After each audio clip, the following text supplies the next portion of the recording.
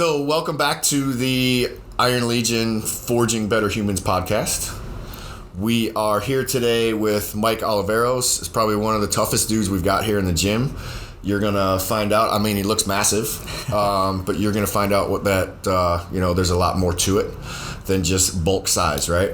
I met Mike years and years back, and just the level of training that this guy puts himself through, and the amount of the amount of events that he takes on, the business that he runs, the family that he has going on. This dude is a top performer in his field, and I thought you guys could get an opportunity to meet somebody that's a really good example of what Iron Legion is all about. When we talk about forging better people, forging better humans, Mike is definitely one of those that comes to mind. He's now running our rucking program in the morning. He coaches that 3 times a week. Yeah, Monday, Wednesday, Friday. Yeah, so it's a full structured program we do there, and it's based on a lot of the things that he's learned through the Go Ruck community and other challenges that he's taken on. So what I want to kind of talk about with Mike first is I really just want to talk about what you do for a living. Get that out there, and because I feel like a lot of the methodologies that we use here attract top performers in businesses, people that own businesses, people that are managing really intense projects, people that are go-getters, action guys, right? You're digging and you're operating at the top of your field. So this type of training, I feel like, attracts those types of people because we'll get into that. Sure. Right? So talk about like your regular, what's your business about? What do you do? Again, thanks for having me on. My company is Williams Diesel Service. It's a family company, second generation to it. And from the standpoint of what our business does, we're a diesel fuel injection shop and a diesel repair shop. So we work on diesel trucks and we repair the components that go inside the engine. Not overly too interesting. Don't want to get too muddy in some of those details, but the point is we through the industry that I'm in, I've had an opportunity to work my way up through a couple different associations. I'm on the board of directors for the Association of Diesel Specialists. I do some training for a couple different organizations out there, some manufacturers. So that keeps me kind of in the front line on what's going on in the automotive industry, and even having an opportunity to put my word in and help maybe even steer the direction of some things as time goes on. But not overly super exciting in terms of what we do on a daily basis. I mean, we're not splitting atoms or anything else. I mean, it's a repair shop. We fix things that are broken, but it's it's the business that I'm in. And you're leading it up. Yeah, absolutely. Yeah. We're every year is growth. Every year. We're so far into 2022 already. We're already in a record year. We had a record year last year, a couple of years before that. So we're seeing good growth and good positive outlook going forward. Does a day for you at a business like that is flexible, or is it like a set 9 to 5 type schedule? So we're open 8 to 5 Monday through Friday, and what that's about for you though? Yeah, for me, no. I mean, I'm more flexible. I try to be there, between 8 and 8:30 every day. Right. And a lot of times I'm usually there after the place closes, because sometimes you can finally get when the dust settles and it's a little quieter, you can get some other stuff done. But otherwise, I'm fairly flexible. I mean, it's that's the benefit of putting the right people in place and having a team in place that you can trust and empower. Right. To do what you want. I'm probably a pretty easygoing manager. I mean, I try to I kind of joke around where I try to give people give them their lane, right? And I say, hey, keep between the lines, and I'm sure I'd love to have you put you right down the middle, but as long as they stay within the lines, it's okay. If they get a little to the outside, hey, I'll bring them in a little bit here or there. But otherwise, empower them to make decisions. And I'm fortunate enough that we've been able to put together the team we have, and it that allows me to get away and do some of the things I want to do too. That's right. So what about your family life? I'm married and I have 2 kids. Younger kids. Yeah, I got a 2-year-old son and a 6-year-old girl. 6 years old, going on 16, as I'm sure many can appreciate. My wife's a nurse practitioner here in town, and Beth, to do a big up to them, big up to her for putting up with me and training schedule and leaving for events and being away as much as I am between work and again and events that I want to do. Couldn't do it without them and the support of them. Absolutely. So that's a huge part of it there. Well, let's branch into that a little bit. Let's talk about your training. Yeah. So the what and whys, right? Yeah. So I kind of fall into a basic kind of a maintenance training like on a normal basis. So what I mean by that is my normal week looks like I do the 5 a.m. CrossFit class here at Iron Legion. Been doing that for ever. Yeah. I mean, there was a small hiatus in there for a couple years I was in here, but back to the old bays, even the first location. So that's kind of my mainstay. And then Monday, Wednesday, Friday, we do our rucking class at 6 a.m. And, I'm here, always for that. So that's kind of what I would consider my maintenance training. And what I mean by that is that kind of keeps me at a level that I need to be at so I can easily jump one way or the other in terms of an event coming up. If I have something that's more pointed, that's more specific, and I need to put some pointed focus in for that in that case there I might do away with the 5 a.m. training, the CrossFit class that is, and bring something else in myself that I'm going to work on, or I'll stack it. I mean, there's back when I was getting ready for the Kokoro camp, I was in here between 3:30 and 4 every day, and I'd grind out till about 5 a.m., do the 5 a.m. class, and then follow that up with the 6 a.m. rucking. So, it's... That used to blow my mind, man. Yeah. I would hear about you coming in and people rolling up and you're in the back, working out, sweaty, like you'd already been here all day. Yeah. And it's 5 o'clock in the morning. Yep. But that was so that's your event-based training. So, utilizing CrossFit and what we do here at Iron Legion as a good base, and then understanding how to scale properly for events. Yep. That's, I think that's huge. I think a lot of people, I heard a term today from a friend of mine called the lily pad syndrome, where people they get on something for a week or 2 weeks and they're like, oh, there's another lily pad over here, I want to go and try this. Sure. And then they jump over here and they try this and never really give something like its full benefit. Yep. It's, you know what I mean? Yep. And that's time and commitment, right? And staying on that single lily pad for a little bit and really, really developing the leadership and the skills and the dedication and commitment it takes to get great, right? So staying with the, like you say, your maintenance stage, that's you're using CrossFit for that. You're using our Iron Legion programs for that. You're branching out a little bit so you're able to maintain and jump into an event. Talk to me about one of the craziest ones that you did, something that was the most impactful, hardest training system. Yeah, so there's several out there, just like anything else, it seems like I'm always trying to find the next level, right, or the next thing.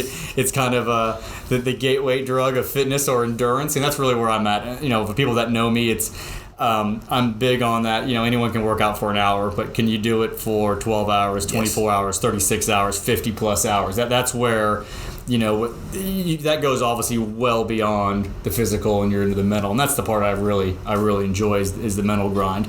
What was the question? Hardest event. Hardest event. All right. So probably from your training methodology and then the actual event. Yeah. It's tough to put a finger on because they all have their. Yeah, they're all tough. They're all tough, and they all have their own special things. We'll circle probably back to GoRuck selection. That's probably that's not only one that is hands down the hardest I've ever attempted. It's billed, as many do, as the hardest in the world, toughest in the world, and since I've done a handful of the ones that claim they are the hardest, I can say that they hold that crown pretty well, at least compared to what I've done. Yeah. But beyond that, so we'll circle back to selection because that was an attempt and a failure, and I think that's a real important thing to talk about too, is failures. But nevertheless, the Seal Fit Kokoro, that was out in California, in San Diego area. That was 52 hours. That 52 hours. Yep. From start to finish. Yep, and that ran with either some active duty or former, retired Navy SEALs that ran that up. It's basically a couple of days of Hell Week is what they put you through. Right. But you couldn't just walk in off the street. No, absolutely not. Absolutely not. There's a selection process in the beginning of that. There's a. I mean, you can just sign up and go. I mean, of course, but I mean, there's a PT test and there's some qualifications if you're going to even, gateways throughout it, to continue forward on the event. And we had some pretty big attrition on that out of the gate. Right. I mean, that's pretty typical in those kind of events. But your maintenance style training kind of helps keep you tuned up to when you want to do that. You're ready. Absolutely. So so Coro's a big one. Again, selection we'll talk about some more. The Ultimate Suck out in Illinois. That's the one that's kind of like the. It's 36 hours of. They joke around. It's farm work meets. Boot camp meets farm work with a dash of deliverance. That's the way they bill it. It's in a cornfield in the middle of Nowhereville, Illinois, and it's banjos. Yeah.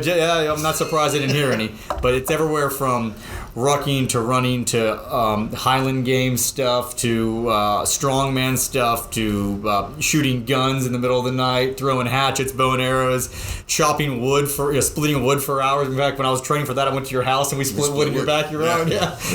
Didn't have a whole lot of experience with that, so that one was fun, but also very challenging. I mean, we had to forge a river for like 12 hours straight. I mean, that's kind of stuff that.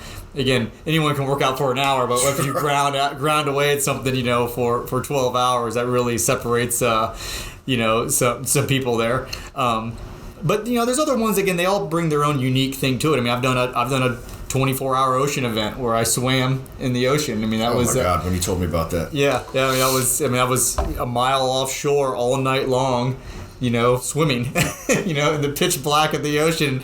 We had. They had.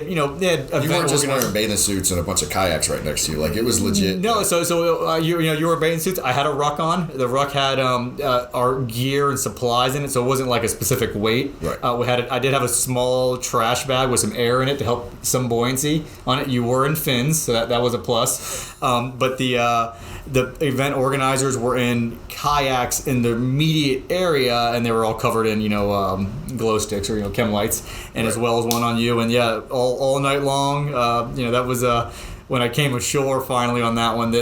Which took 2 hours to push against the current to get back in. With a ruck. With a ruck on, yeah. And coming out of the water, remember, legs were just like rubber, and everything started.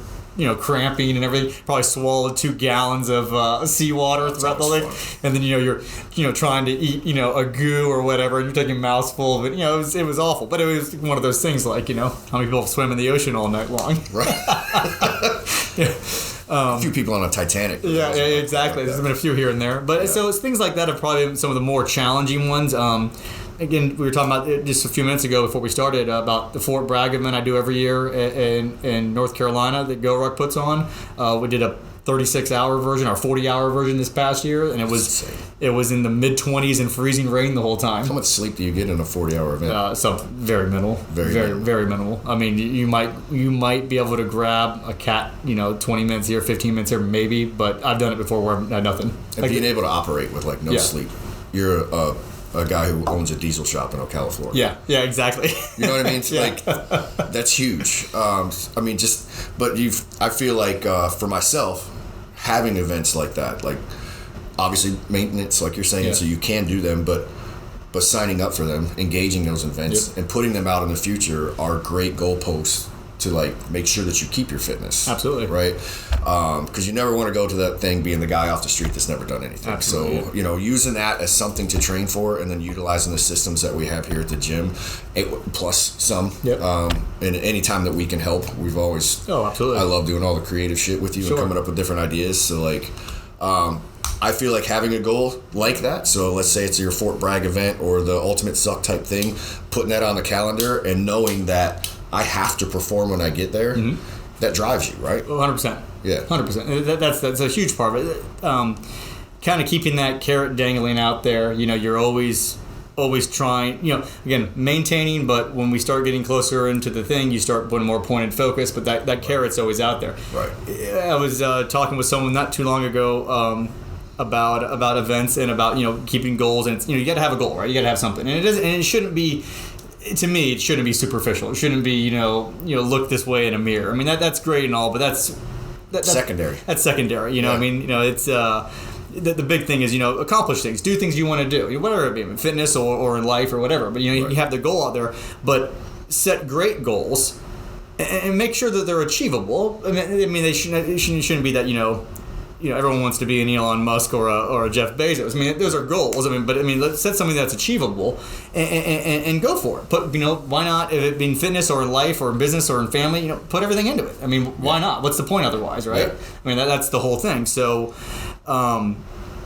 it's important to have a goal out there, and then I always even have a goal beyond the goal I'm working on. As crazy as that sounds, putting point and focus into X event, but I'm already, in my mind, I've accomplished that event, right? And by the way, I got to get ready because that's going to be coming after that. So I need to make sure, keep up for that. You can't slack. You can't slack, and it's not, and I guess that's that whole thing of it's never a goal line, right? There's always something else. There's always another level, right? There is. And I don't care if you're into photography or if you're into anything you're into, there's always another level, right? You get to so level and there's another level, you find out there's other bigger fish. I mean, even now with what I'm training for as we speak, I have 1 month from as we speak right now, I hope to be nearing the finish of an event up in Vermont. I'm doing the Blood Route 100, so it's a 100-mile trail race that I'm training for right now.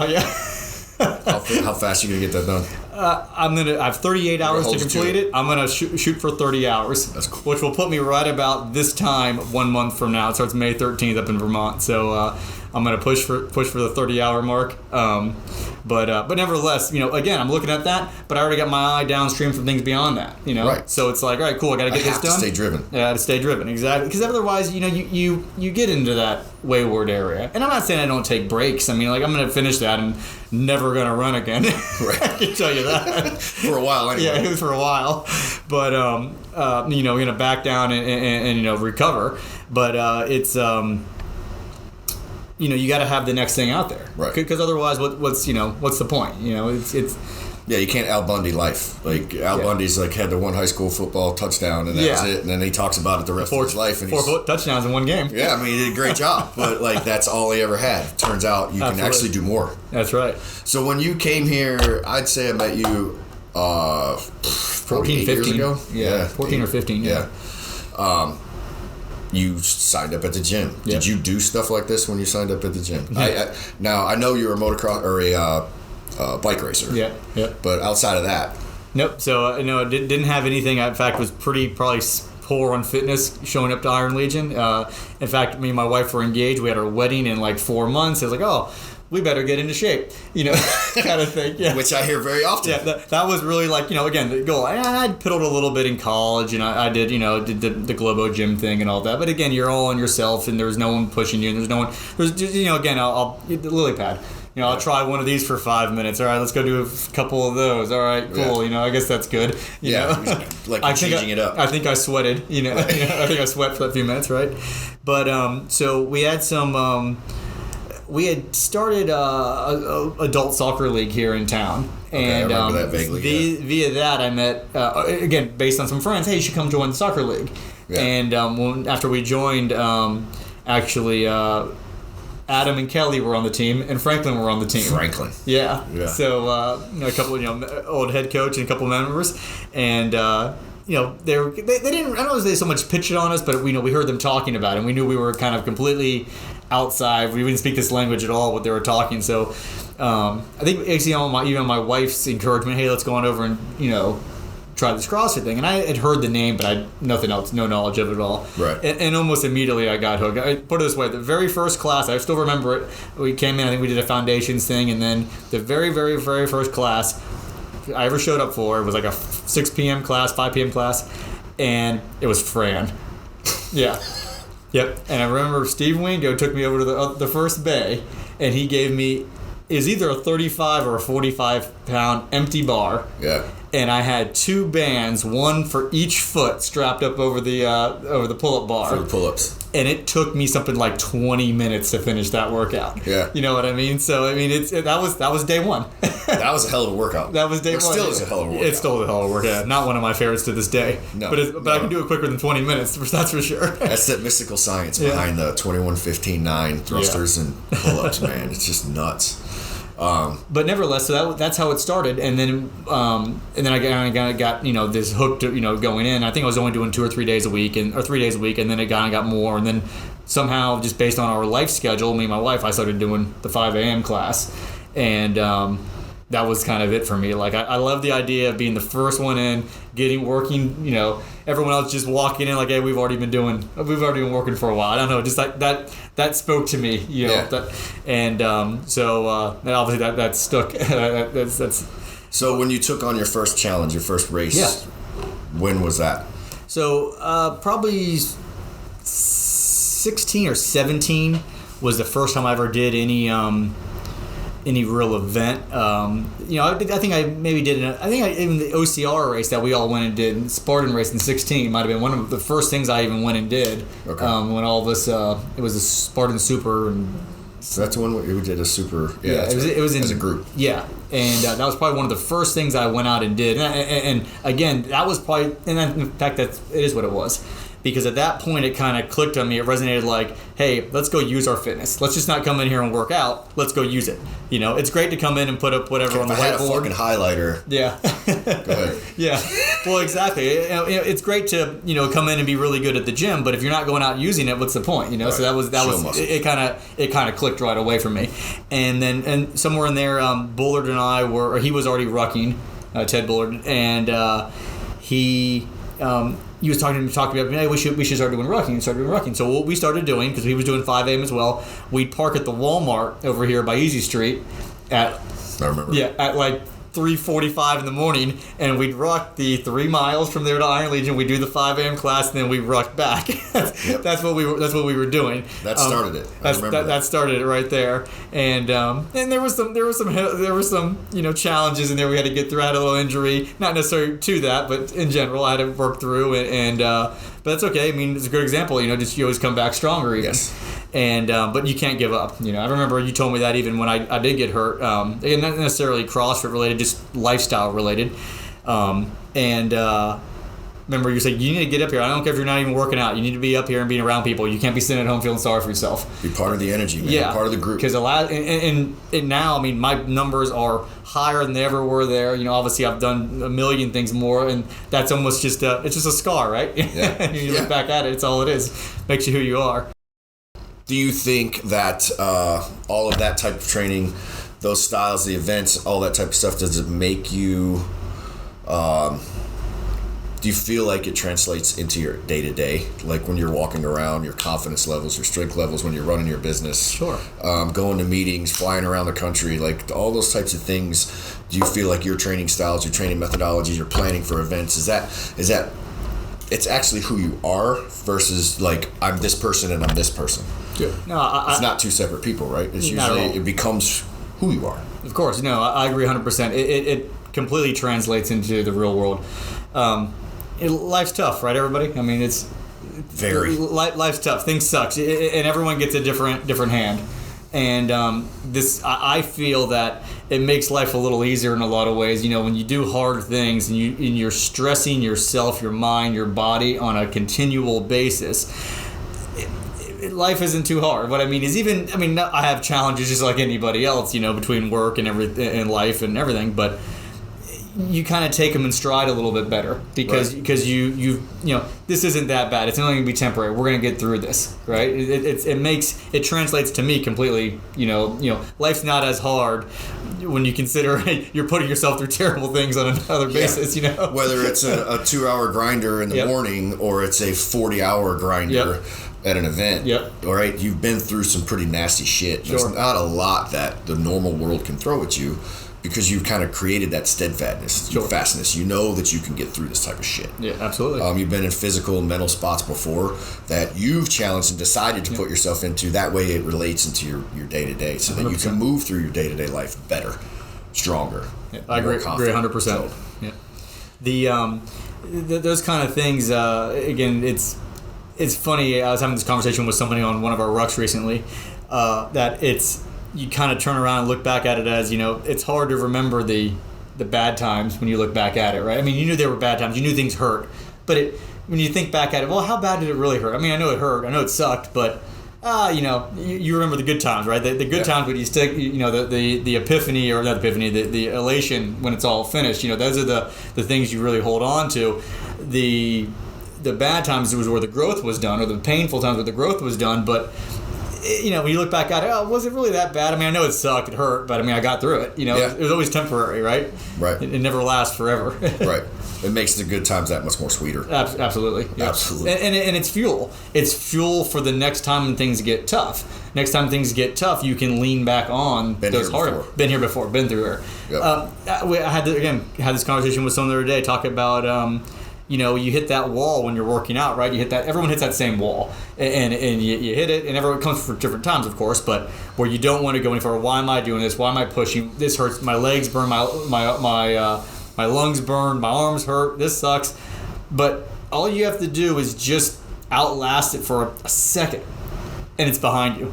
And next thing you know, you're moving right along. And it's even hard to remember. Let me get through this next 2 reps. And again, it's compartmentalizing. That's how you get through a 40-hour event. You don't start at hour 1 thinking about hour 40. Can't do it. No. You got to think about the next 5 minutes, the next rep sometimes, the next step is all you have to focus on. Once you get through that, it's the next step. And it's completely transferable to even when you're doing a WOD here, right? It's don't worry about that 21-15-9, right? Don't worry about that set of 9 when you're on that set of you're on rep 3 of 21. Worry about you got a long way to go. Worry about rep 4. Worry about rep 5, and don't worry about anyone else in the room. What everyone else is doing. Don't worry about how far that guy's ahead of you, or how far you're ahead of somebody else. It doesn't matter. You're on you. And that's one of these big things that I'm a big preacher of. It's we've talked about that too. Checking your ego at the door. It's you got to focus on you and work through you. Don't worry, you're not that person. Don't worry about that person, right. I mean, you can use your own motivationals here and there to not saying you're not going to push harder because that guy's ahead of you. I'm not saying that, but people get hung up on focusing on themselves against that other person. Well, you're not that other person. You're you. Don't try to be me. I'm not trying to be you. Right. I'm not saying don't go out and try the things I do. By all means, try them all. I'll tell you the stories. I'll help you out. But what I mean is do you? Yeah. Well, I say it often too is your ego may be what brought you here to the gym, but you are going to check that thing at the door because we're gonna beat it up a little bit. Without a doubt. Right? So I mean, that's just what we do around here. And being humble and learning new skills is something that we should all be driving to try to do all the time. That's what keeps us young. Sure. Keeps us moving forward, and that's kind of what we try to do here when you do walk through that door. So just keeping in mind that, I do believe, ego is not something to be vilified 100%. Ego is a good thing. It's a thing that drives us to always want to be better. Sure. But you got to train somewhere. You have to get with professionals that know what the fuck they're doing and spend time with those professionals, right? Totally. And learn. And, in time, you become a professional yourself, right? And it's just all around, it just works. So it's taking that time, don't get caught up in the lily pad shit, focusing and really just buckling down, and you just become a better human all around. Sure, absolutely. Again, like-minded people, it's very powerful. Yep, I agree. We good? Well, this is Ted and Mike Show. We're out. Thanks, guys.